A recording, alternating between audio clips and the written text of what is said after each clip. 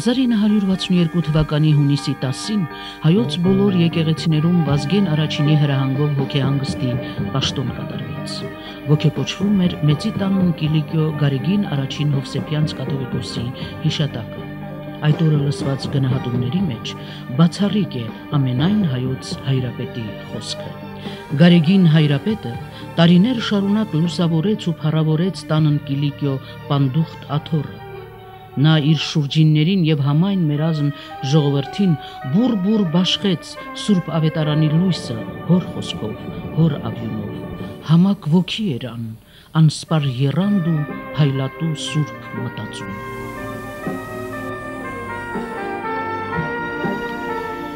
Երևելի արցախցիներ պատկառելի ցանկի մեջ նախապատմությունը կարելի է թերևս շատերին տալ։ Սակայն կա մի անուն, որ առանձին է ու տարբեր է բոլորից։ Գարեգին Կարապետի Հովսեփյանց։ Ծնվել է 1867-ին Մաղավուս գյուղում, Մարտակերտի շրջան, Արցախ։ Հոգևոր մկրտությունը ամառասում Շուշիի հոգևոր դպրոցում ստացած պատանին տասնամյակներ անց պիտի օծվեր Մեծի տանն Կիլիկիո կաթողիկոս։ Փիլիսոփայության դոկտոր, Մոսկվայի կայսերական հնագիտական ընկերության Կովկասյան բաժանմունքի եւ Պետերբուրգի կայսերական հնագիտական ընկերության իսկական անդամ Գարեգին Կարապետի Հովսեփյանցը ավարտել է Էջմիածնի Գևորգյան ճեմարանը 1890 թվականին։ Բարձրագույն կրթությունը ստացել է Բերլինի, Հալեի, Լայպցիգի համալսարաններում։ 97 թվականից դասախոսել է Գևորգյան ճեմարանում, եղել է մատենադարանապետ, նույն թվականին, այսինքն 1898 թվականին ձեռնադրվել է վարդապետ, Գևորգյան ճեմարանի տեսուչներից էր, խմբագրել է Արարատ ամսագիրը, մասնակցել է Սարդարապատի ճակատամարտին։ Երևանի համալսարանում դասավանդել է հայ արվեստի պատմություն եւ հնագիտություն։ Թամանյանի հետ մասնակցել է Հայաստանի հուշարձանների պահպանության կոմիտեի ստեղծմանը։ 20-րդ դարասկզբին Գարեգին Սրբազանն արդեն Ղրիմի եւ Նոր Նախիջևանի, այնուհետև Միացյալ Նահանգների հայոց թեմերի առաջնորդն էր։ Հայրապետական լիազոր պատվիրակն էր Ռուսաստանի եւ Հյուսիսային Կովկասի հայկական կենտրոններում, ապա նաեւ Սփյուռքում։ Շարունակեմ հանրագիտարանային փաստերի թվարկումը։ Գարեգին Ա. Հովսեփյանը մեկն էր նրանցից, ովքեր նպաստեցին սփյուռքահայությանը մայր հայրենիքի շուրջը համախմբելուն։ Առհասարակ ժամանակագրությունը վկայում է, որ մեծ պատկառազդու ու մնայուն է հայ մշակույթի, հայ եկեղեցու սպասավորի ծառայությունը։ Առատ էր Մեծի տանն Կիլիկիո կաթողիկոսի հունձքը, այսօր էլ մեր կողքին են նրա վարդապետությունը կրողները, նրա սաները։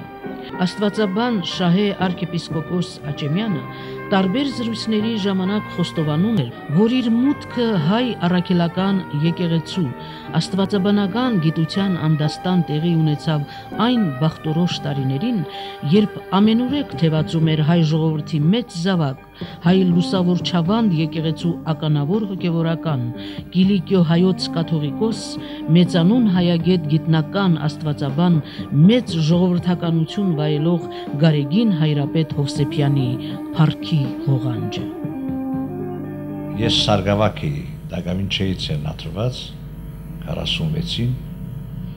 եւ ինքը եղավ թե մեր կաթողիկոսը, թե մեր ուսուցիչը։ Անտիլիասի թվրևանքի մեջ թրավ նոր ծրագիրներ, վերագազմագերվեց եւ նոր առարգաներեն մեկը հայ ցերակրակիտություններ եւ հայկական մանրանկարչություններ։ Դերևս 1913 թվականին նա հրատարակել է գրչության արվեստը հին հայոց մեջ հետազոտությունը, լուսաբանել է գրչության կենտրոնների համառոտ պատմությունը, քննել հայ գրի ընդհանուր զարգացումը 5-ից 15-րդ դարերում, ընդգրկելով հայերենի բոլոր տառաձևերը իրենց անցման եղանակներով։ 1951-ին հրատարակել է հիշատակարանք ձեռագրած աշխատությունը։ Առանձնակի արժեք ունեն հայ մանրանկարչության ակունքներին, վաղեմությանն ու ինքնատիպությանը, ոճերի ուղղությունների, դպրոցների առանձնահատկություններին, առանձին ծաղկողներին նվիրված աշխատությունները, որոնցում արժեքավորելով հայկական մանրանկարչությունը բացահայտել է այլ ժողովուրդների նմանատիպ արվեստի հետ ունեցած նրա աղերսներն ու փոխհարաբերությունները։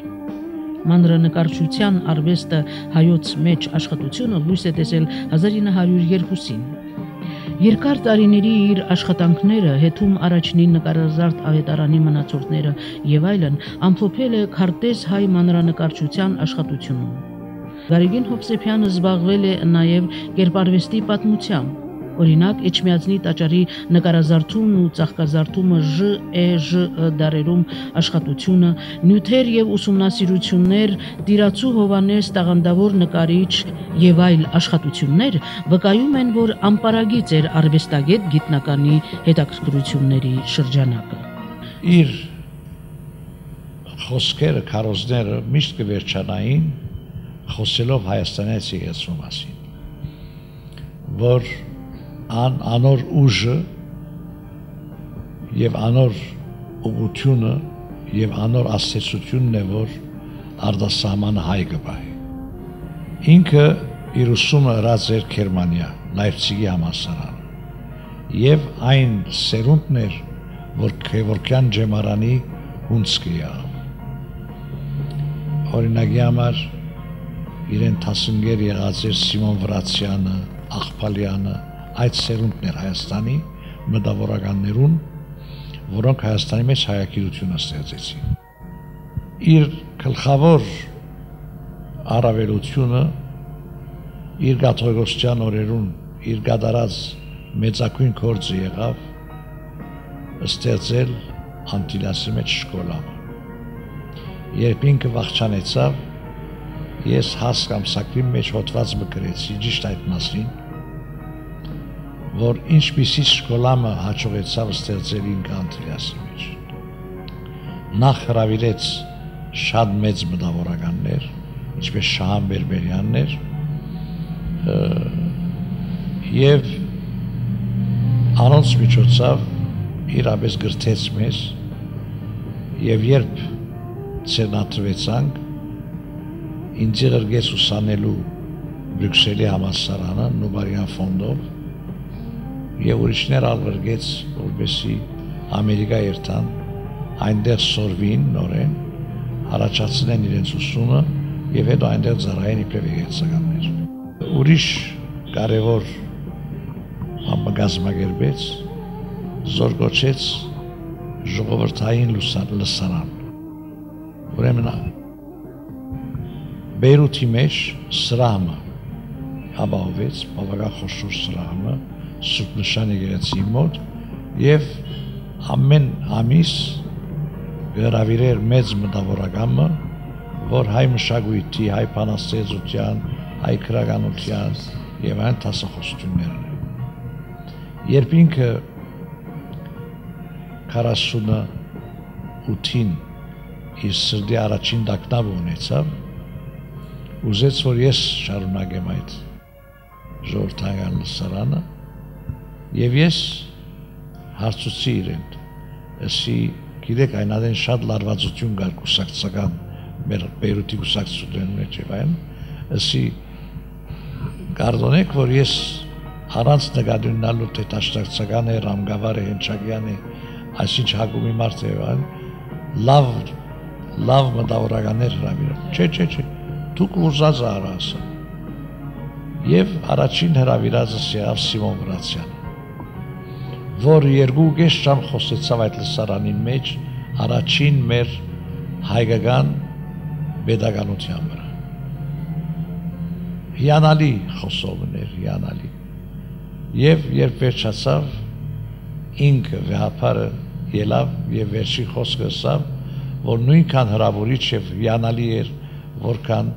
Սիմոն Վրացյանի խոսած։ Եվ երկուքին մեջ ալսկացինք մենք այն adեն նույն բան, նույն չիղը պիտի ասեի, արևելահայ մտավորականի, որ դեսավ Հայաստանի անկախությունը, մանավանդ ինքը, որ եղավ մեր առաջին կառավարության մեջ, նաև աշխարհեցավ կառավարության հետ այս համալսարանի հիմնադրումը։ Գարեգին Հովսեփյանն ինչ խոսք, հայոց նոր համալսարանի հիմնադրումից առաջ էր նվիրվել հայ ժողովրդի պատմության տարբեր ժամանակաշրջանների ու խնդիրների լուսաբանմանը, օրինակ Ձագավանից ժողովը, Տարսայիչ Օրբելյանի եւ Մինա Խաթունի սերունդը, Ազիբեկենք եւ նրանց շինարարական գործը, Ժգդարի քաղաքական եւ հոգեվոր վերելքը Արևելյան Հայաստանում, հայ-արաբական, բժշկական եւ մշակութային հարաբերությունների խնդիրները եւ այլ երկեր հենց դա են վկայում։ Իսկ հայագիտության մեջ մեծ ներդրում է Գարեգին Հովսեփյանի Խաղբակյանք կամ Պրոշյանք հայոց պատմության մեջ եռահատոր երկը, որը 1969 թվականին արժանացել է թարգմանչած Դուրյան մրցանակի։ Աշխատության մեջ հեղինակը Հայաստանի քաղաքական պատմության հենքի վրա ի հայտ է բերել հայ մշակույթի վերելքը, Գլաձորի համալսարանի եւ բազմաթիվ հուշարձանների նշանակությունը վիմագիր արձանագրությունների, ձեռագրական հիշատակարանների եւ մատենագրական նյութերի հիման վրա։ Անհրաժեշտ եմ համարում արժեքավորել հատկապես Գարեգին Հովսեփյանի մատենագրական բնույթի գործերը նվիրված Մխիթար Սասնեցուն, Խոսրովիկ թարգմանչին, Թովմա Մեծոփեցուն, Մխիթար Այրիվանեցուն։ Անհնար է չթվարկել, որ Գարեգին Հովսեփյանը ժողովրդական բանահյուսությունը համարել է հայոց պատմության կարևոր աղբյուր եւ հավաքել ու գրի է առել բանահյուսության զանազան նմուշներ, օրինակ շրանքներ ժողովրդական բանահյուսությունից, այդ թվում եւ Սասմա ծռեր Դյուցազնավեպի նոր պատումները։ Արեմտահայ գաղթականության տարազի նիստ ու կացի սովորույթների հիման վրա նա կազմել է ազգագրական նյութերի ժողովածու եւ այլն։ Ես կուզեմ ասել, թե մենք այդպիսի հայ եկեղեցական չէինք տեսած։ Աննկարագրելի հրավիրում ուներ, որ գտստեր թիմացը եւ նոտկարների սազներուն, եթե ժամեր ալդեվեին չեր հոգներ։ Մեջբերեմ 1952-ին հասկ հանդեսում Շահե Աբիղայի հրապարակած խոսքից հռետորական շնչով եւ ակնածանքով գրված ներբողական մի քանի տող։ Հմայի չէր Գարեգին Հովսեփյանը ամբողջությամբ։ Ոչ այն հմայք են, որ լրացուցիչ արտաքինի մը թելադրանք է, անցուղակի տպավորություն մը, այլ ճառագայթում մը, որ կառինքներ ու վերջնականորեն իրեն կապված կպահեր զինքը ճանաչողը։ Շեշտը խոսքին, արտահայտությունը դեմքին ու խոսքին մեջ դրած ապրումը ավելի խոսուն էին, քան արտասանված բառերը ու անոնք էին իր մեջ հմայքի ճառագայթները։ Գարեգին Հովսեփյանց կաթողիկոսը իր սաներին, իրեն շրջապատողներին հաճախ էր պատմում Հայաստանի մասին։ Եվ ինքը կամաց մտմեց մեզի, թե ինչու համար արտասահման եկած էր։ Ուրեմն Խորեն կաթողիկոսի սպանությունեն հետո երկու մեծ եկեղեցականներ մնացած էին, Չորեքչյանը եւ ինքը։ Դասընկերներ էին եւ շատ մոտ էին իրար։ Մենք հետո այստեղ իմացանք, թե այդ սպանությունեն հետո Չորեքչյան սրբազան այնադեմ, որ Թիֆլիս էր, գուկա Էջմիածին, գերտա ոստիկանապետին եւ գահարցնե։ Դուք որոշած եք փակել Էջմիածինը։ Ասեք մեզի, որովհետեւ մենք մեր նելիքը գիտնանք։ Այդ ոստիկանապետը, որ շատ լավ կճանչնա Չորեքչյան սրբազանին, գսե այդպիսի հարցեր չկան։ Եվ ասիկա ինձի պատմողը եղած է Վասկեն կաթողիկոսը ավելի ուշ։ Հաջորդ օրը քննարկված է այդ ոստիկանապետը։ Սերենրեն տուն իրավունք չունիս այդպիսի հարցերի մեջ միջամտել։ Անգե հետո Չորեքչյան սրբազանը կանչած է Հովսեփյան Գարեգին սրբազանին եւ ասած է, որ նա իր մեզ մեկը պետք է դուրս գա այստեղ։ ասոնց մե այլևս հույս չի կա, պիտի փչացնեն Էջմիածին։ Եվ որոշեր են սերը չորեքչանին, որ թում կնա, անիգա սերը ոչ թում կնա։ Ես, սերը որտև ես բերյային գջանշնամ։ Չորեքչան։ Դեղ ունիմ, որ գրնամ ես երտալ և իզինքս պաշպանել, թուն չունի սադիգա։ Ավելի լավ է որ թուն երտաս և անոր համար ըստիպեց ինքը, որ դուրս կա Հայաստանեն, ինչ պատրվագով գիտեք։ Հայտնի է, որ Էջմիածնի մայր տաճարի գմբեթը նորոգելու համար հանգանակության պատրվակով Գարեգին Հովսեփյանցը մեկնեց Ամերիկա և ընտրվեց առաջնորդ։ Ասեմ ցեզի, որ Հովսեփյանց ինձիկոն է գիշեցնե մեր հին կաթողիկոսները, օրինակ օծնեցին, որ կնաց բանի արաբ խալիֆայի մոտ և գրծավ համոզել, որ Հայաստանի